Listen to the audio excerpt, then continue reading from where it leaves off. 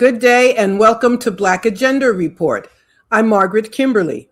On June 25th, the Supreme Court of the United States ruled that temporary protective status, TPS, for Haitians and Syrians would end. What does this ruling mean for the more than 350,000 Haitians living in the U.S. under TPS status? We're joined by Brian Concannon. He's Executive Director of the Institute for Justice and Democracy in Haiti, which is a U.S.-based NGO that creates pathways to justice and accountability for human rights violations in Haiti. He joins us from Boston to discuss the impact of the Supreme Court decision. Good morning, and thanks for joining me. Good morning, Margaret. It's great to be with you, and I really appreciate Black Agenda Report covering this issue. Oh, you're very welcome. Haiti's an important, has been for our many years of existence. My first question is, what is TPS? So TPS is temporary protected status. It's a status that is granted based on a law created by Congress in the 1990s, and it allows the Department of Homeland Security to declare that conditions in a country make it not safe for people to return to. It's often applied in cases of natural disaster or civil war, and basically the government says it's too dangerous for people to return back to this country, and for a set period of time, often it's a year and a half, we're not going to make people who are in the U.S. and don't otherwise have legal status to stay in the U.S. go back. And how does this impact people from Haiti? There are many immigrants from Haiti here, but how did the TPS status come about for these 350,000 people? Yeah, so Haitians have been coming to the U.S. for decades, even centuries, but the particular TPS issue happened following Haiti's 2010 earthquake, which was one of the most deadly natural disasters of our times. And the U.S. administration granted TPS, saying it was too dangerous for Haitians to go back. And that didn't allow Haitians to come to the U.S. It allowed Haitians who were here, who did not have legal residence, to stay while that TPS was effective. And Haiti's had a string of misfortune ever since. And I'll make a pitch for your interview with Dr. Pierre. A lot of that was covered in that excellent interview, and a lot of it is the U.S.'s fault. I mean, we've been supporting predatory, undemocratic governments in Haiti, and as might be expected, they're generating refugee flows by not investing in public works, by allowing impunity that has allowed gangs to armed groups to take over much of the country. And so, starting with that, after that 2010 declaration of TPS for Haitians, it's been renewed several times, including by President Trump during his first term. President Trump did it because Hurricane Matthew had come in and caused a lot of damage. Most recently, President Biden extended TPS in Haiti in 2024 because of the armed gang violence. And, just really quickly, there's armed groups control 90% of the capital of Port-au-Prince, large parts of the territory elsewhere. Haiti has one of the highest homicide rates in the world, one of the highest hunger rates. It's one of the most dangerous places to be a child. For children, the conditions are equivalent to Palestine and other places that are under really significant military threat. And the argument that is made against the argument made in favor of the Supreme Court decision is, well, T is for temporary, it's temporary, and they've been here for years. What is the argument in favor of extending TPS since 2010? Yeah. Well, I think there's two arguments, and one is that Haiti just keeps having temporary conditions. They're new conditions, and there's been, every time that the first couple times the TPS was renewed, it was basically saying Haiti has not recovered from the earthquake. But since for over 10 years now, it's been different conditions that have been cited, again, by Republicans and by Democratic administrations, saying that Haiti is still dangerous. And the the Trump administration doesn't even try to say Haiti is not dangerous. There's no way that you can even make that claim. Um, and they mostly say that Haitians in the U.S. are a security threat to Haiti, which is, completely unjustified. And so they really don't have a good reason. And it comes down to the fact that this is a policy that is not motivated by the statute. It's not made it motivated by legitimate policy concerns. It's motivated by racism. Yes, and that was stoked by Donald Trump himself. Both in his first term, he famously spoke of immigrants spoke of Haiti as a shithole country. Um, During his campaign in 2024, there was an influx of people to Springfield, Haitians to Springfield, Ohio, where my mother was from, by the way, and there were rumors that Haitians were eating dogs and cats. Trump said that himself during one of his debates.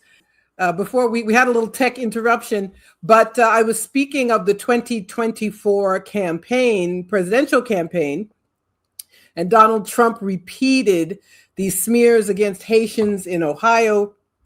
They were eating dogs and cats.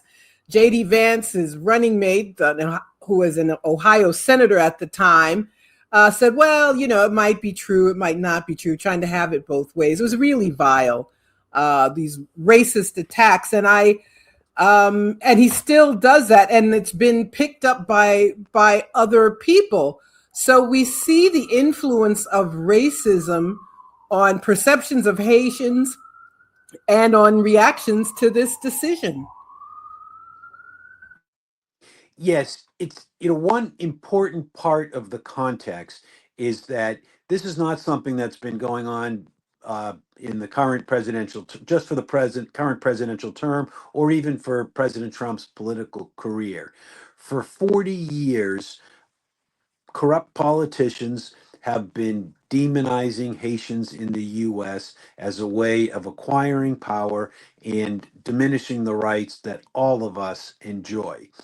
It started back in the 1980s when Haitians were fleeing the France the Jean-Claude Duvalier dictatorship, which was U.S. supported. It continues right up through the attacks against Haitians in Springfield and the current termination of TPS. And they're not just going after Haitians because as you mentioned, the president was overtly racist against Haitians. The decision by the Supreme Court majority, they said that nothing that the president said was overtly racist.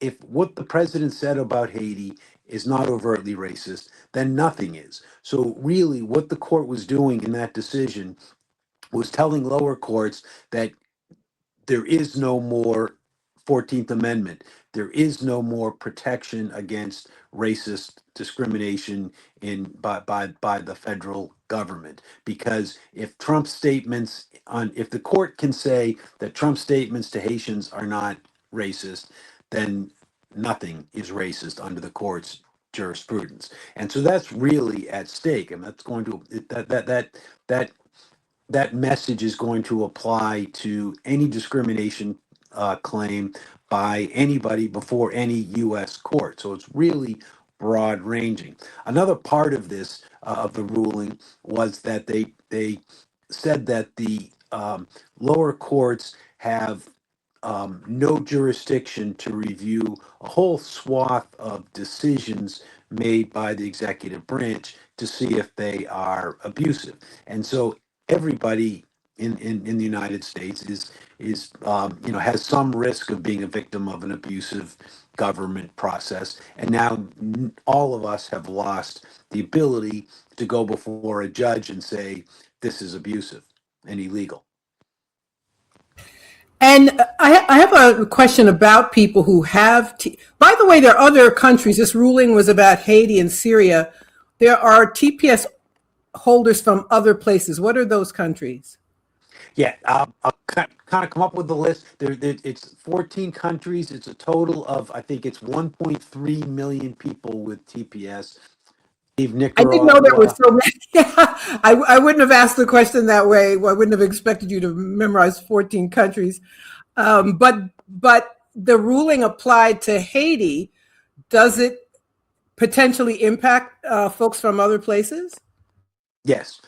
So what the administration has been every country that's come up for. Yeah, I think your question was does this apply to other countries with TPS? I think that was the most recent question that you asked. Um, and so technically, the decision that was issued in June by the Supreme Court only applied to Haiti and to Syria.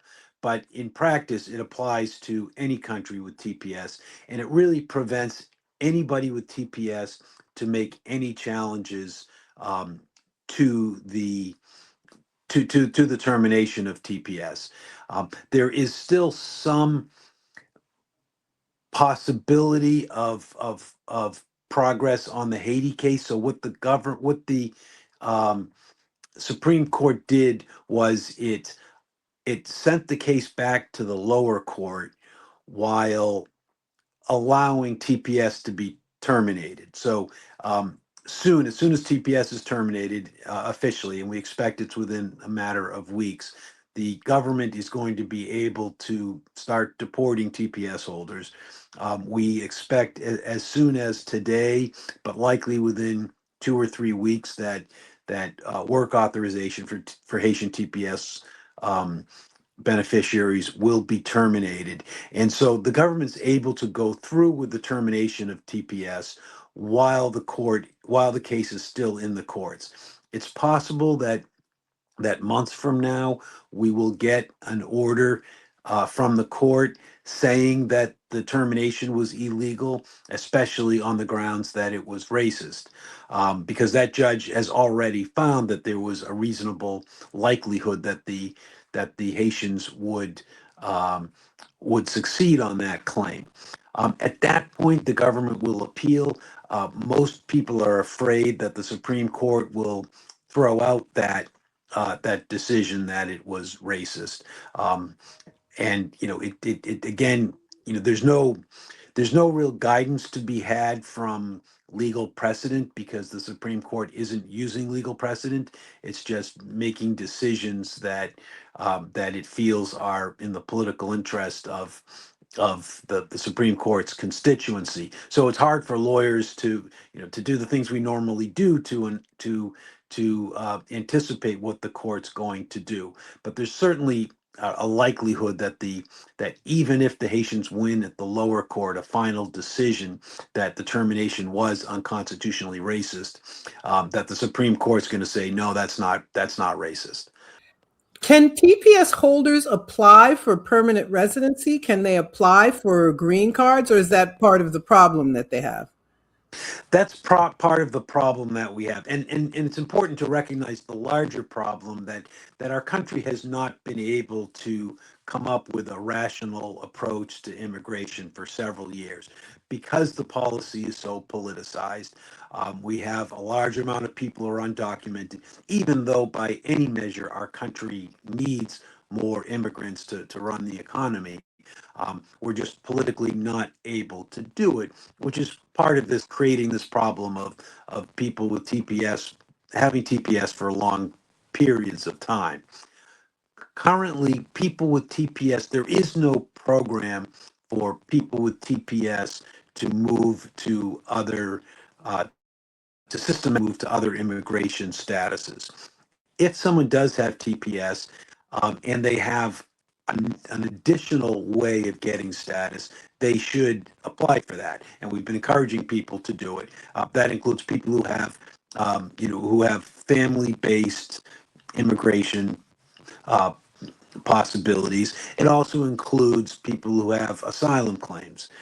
The problem is that many of the people who have TPS do not have any other alternative. And one of the things that that we've been hearing statements from the administration and from Republicans in Congress saying, well, Haitians just need to do it the right way. The reality is that Haitian TPS holders have been doing it the right way. I mean, they're currently legal, and there is no, for most of them, there is no alternative path because our immigration system is so broken, and so that they don't have another way of getting immigration status. But again, anybody who has TPS and thinks they may have another immigration status should, or an opportunity to get another immigration status, should certainly contact a lawyer and see if they are able to get an alternative way of staying in the U.S. It's interesting that even as um, demonizing Haitians is politically popular, there's a group of people who are concerned about TPS ending, and those are business people. We mentioned Ohio, many other places where, well, immigration is always about labor, isn't it? Where there have been labor shortages, where in healthcare, in nursing homes, in manufacturing, all sorts of places where Haitians have found jobs, meaning there were people who needed their labor. Have those business interests, have they been speaking up about this Supreme Court decision? Some of them have. I think that the elder care industry has probably been among the most outspoken, in part because they're among the hardest hit by this. Uh, but other industries have not really stepped up as much as they should. Um, for example, there was a big statement put out by an agricultural employers organization talking about how they needed a new visa path because Haitians were losing TPS. Now, why they didn't say, "Hey, let's just keep a system that's currently working." Instead, they're asking for Congress to approve a whole new system. I'm not sure you're going to get Congress to approve on the new system, but it certainly seems that everybody is better off if you just allow a system that is currently working to continue. I think employers have competing political loyalties where they want workers, but they also want low taxes and have other reasons why they want to support the president's agenda. So let's start again. So we've had a couple technical glitches, but we are going to soldier on here. Um, so it must be a very difficult time for these TPS holders who, as we've discussed, many have been here for many years, have jobs, have homes, have formed families. Um, so I don't know. It may seem that we already know the answer of how people are feeling right now. This has got to be a terrible time for the people who are impacted and their advocates. Yeah, I actually really can't even get my head around how difficult it must be. There's the acute crisis of TPS termination, but it's also on top of the more chronic crisis of racism in America, discrimination against immigrants. So, well before the administration announced the termination of Haitian TPS holders were under a huge amount of stress just being, black immigrants in the United States. Then they disproportionately suffered from poverty, from racism, from a whole range of ills, and which makes it all the more impressive at how much the TPS holders were in fact contributing to the United States. And then they also had a huge stress burden from what was going on in Haiti. Their loved ones, their family, their friends are subject to a huge amount of violence. TPS holders have been sending hundreds of millions of dollars in remittances back to Haiti. And so you have this situation where, life was difficult being a black immigrant in the United States, but Haitians were relatively stable here. they had jobs, they were in communities, they were going to church, they were going to school, and now they face the risk of losing all of that. And they faced the risk of going from being part of the solution to Haiti, in the sense that they were sending back remittances that was supporting 10 or more Haitian family 10 or more family members on average. Now they're going back to a country where they don't have a job, don't have a place to live, and they're going to be one more hungry mouth to feed for people who have lost their main source of support. And add on top of that, there are many Haitians who have TPS beneficiaries who had U.S. born children who are U.S. citizens, and they're faced with the agonizing decision: do you subject children to the risks of Haiti, or do you break up the family? Just absolutely foundationally distressing choices that people need to make, and it's crushing the misery that's being inflicted on Haitians. And again, it's for no good reason. I mean, we're as a country, we're inflicting, by terminating TPS, we're inflicting misery on all of us. When all of our elders need health care, it's going to be harder to get. This may raise the price of chickens. It's going to lead to foreclosures. It's going to cut out tax dollars and contributions to Social Security in the billions of dollars that Haitian TPS holders have been contributing each year. And yeah, you mentioned the issue of mixed status families, um, among other things. But let's talk about Haiti itself. If Brian looks a little blurry, don't worry about it. As long as we can hear him, we're gonna keep talking. Let's talk about Haiti itself. Thanks to U.S. intervention, kidnapping President Aristide back in 2004, the UN occupations, Haiti still being occupied, not having a functioning government, the prior president being assassinated, the current prime minister, who isn't even, his very position, I believe, is unconstitutional for Haiti, um, and yet the U.S. Well, it's U.S. actions that have created the problem for Haiti, and I think it's important to say. I hear people say, "Well, why don't they fix their own country? Why don't they just go back and fix it?" Well, how are you going to fix it when the United States kidnaps presidents and is implicated in the assassination of another? And U.S. interests are sending arms. We're told about these terrible gangs, but the arms are coming from Florida. Um, it's important for people to know about the U.S. role in creating and sustaining a crisis that makes it very difficult for people to go back. Yeah, that's really important, and also important is the broader context of why the U.S. is investing so much to keep Haiti unstable. Haiti became an independent country as the result of enslaved people self emancipating. They did that, they beat Napoleon, the world's most powerful general at the time. Um, and they did it in a world that was run by countries that had established their power through enslavement, especially France, Great Britain, Spain, the United States. Those countries, they could not allow Haiti to succeed, because if Haiti succeeded as a country run by black people, then every that would completely undermine the foundations of those countries' power, which was based on enslavement. And so they have worked very hard since then to prevent Haiti from succeeding. And it goes all the way back to I know you've covered this before, the independence debt that France imposed on Haiti in 1825, that took Haiti 100 years to pay off. Multiple U.S.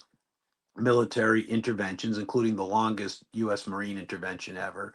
Um, all sorts of economic coercion, and the purpose of this has always to prevent Haiti from serving its role as the spearhead of racial equality in the world. They notably did not stop Haiti from doing that. As Frederick Douglass said very eloquently, the rest of the world gradually became free because they followed Haiti's example, starting in the Caribbean and then eventually the United States. And it obviously would have happened much quicker if Haiti had been allowed to be free. But it's something that Haiti's example is extremely powerful, so much so that 200 years after the Haitian Revolution, people are still scared of that. If the New York Times 3 years ago asked the French ambassador to Haiti at the time why France worked with the U.S. to kidnap President Aristide, and he said it was because Haiti was demanding restitution of its independence debt. Now Haiti was demanding $22 billion, which was a lot of money for Haiti, but it was actually something that France could have afforded to pay. But what the ambassador said was they could have afforded to pay Haiti, but the problem was who's going to be next. Because if Haiti gets restitution, then everybody else hurt by the enslavement and the slave trade, they're going to ask for reparations, which is exactly the problem with President Aristide. He was acting like he was the elected president of an independent black country, and was acting pursuant to what his people wanted, which was global racial equality. And the are the countries that created their wealth based on enslavement have decided they cannot accept that global racial equality is enough of a threat to them that they will betray their principles. They'll spend huge amounts of money. They'll do whatever they have to do to prevent Haiti from fulfilling its historic role. Yes, and it's important you also mentioned the U.S. in 2015 under Woodrow Wilson sent Marines into Haiti. They also stole money and took That it to was the first thing Citibank. they did. They literally went right to the bank as soon as they landed and took it and put it in Citibank. Took the gold out of Haiti's reserve bank and brought it back to New York to put it in the Citibank vault. So on that note, but I think it's important to mention what the world has done to Haiti, and the French were being they were being honest in a perverse sort of way. There are so many victims of French and U.S. imperialism around the world, and if you do right by one country, what will happen next? You'll have how many? I'm just off the top of my head. I'm thinking Algeria and Vietnam and many other countries will also be demanding from France. Before we go, is there anything you wanted to point out that I did not ask? Yeah, I think an important part of the framing, and this goes to Haiti's been repressed since 1804, but has actually been winning. It's still repressed, but it has helped other countries win liberation. And even within this 40-year effort to demonize Haitian immigrants in the United States, Haitians keep winning. A lot of the precedent that the Supreme Court overruled without explaining why last month was actually precedent set in Haitian immigration cases where Haitians fought back and they've convinced courts at all levels to basically respect their rights in ways that have led to the respect for the rights of a whole range of immigrants in the United States. And Haitians been fighting in the courts, they've been fighting in Congress, they've been fighting on the streets. And right now it looks like the courts are particularly inhospitable because we have a corrupt and fascist Supreme Court. But Haitians are still fighting in Congress. A bill that was led by Representative Ayanna Pressley of Boston got through the House in April, and that was for a 3-year extension of TPS. And that was, an astounding achievement because the Republican leadership opposed the bill, but there was still enough because of grassroots support. There was still enough pressure on Republicans to join Democrats to pass that bill. The fight is now before the Senate, where you have the basically the same bill, and Haitians are fighting to to encourage both Democrats and Republicans. I think it's up to 22 co-sponsors now. It needs to get to 63 to get to a vote. So there's a big fight to continue to get more senators to co-sponsor that. And then people are taking to the streets. I was at a demonstration last night in front of the Massachusetts State House. That was one of 7 demonstrations for Haitian TPS across the country, and there's going to be more in the coming weeks, and especially as the impact of this termination takes place. I think you're going to see a groundswell of support. You're going to see lots of actions taking place, and people are going to be, really taking to the streets to push for justice here. Well, thank you. Thank you so much for joining me, Brian Concannon. As this it seems the Supreme Court may not be exactly the end, and I certainly, excuse me, I hope you can come back again as this matter progresses through the courts. Thank you so much. Well, thank you, Margaret. And that's Brian Concannon joining us to talk about temporary protective status for Haitians in the U.S.